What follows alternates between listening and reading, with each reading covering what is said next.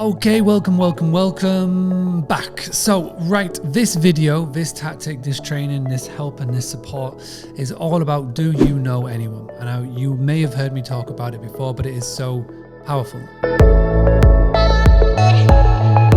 What I'm going to do, if you look to your left of this in the comment section, there'll be a template, a Google Docs template that will have the do you know anyone. Go through it and you can send this out. Now, the cool thing about this is you can send this out even if you haven't got people on your email marketing list, because this is technically related to a stay.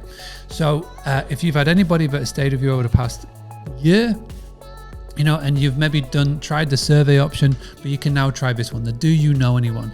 And this works really well in all circumstances, but particularly well if you've had any business guests. So if you have had business guests over the past year, you know, they've come for business in some way, shape or form, doesn't matter whether it's a healthcare worker or X or Y or Z.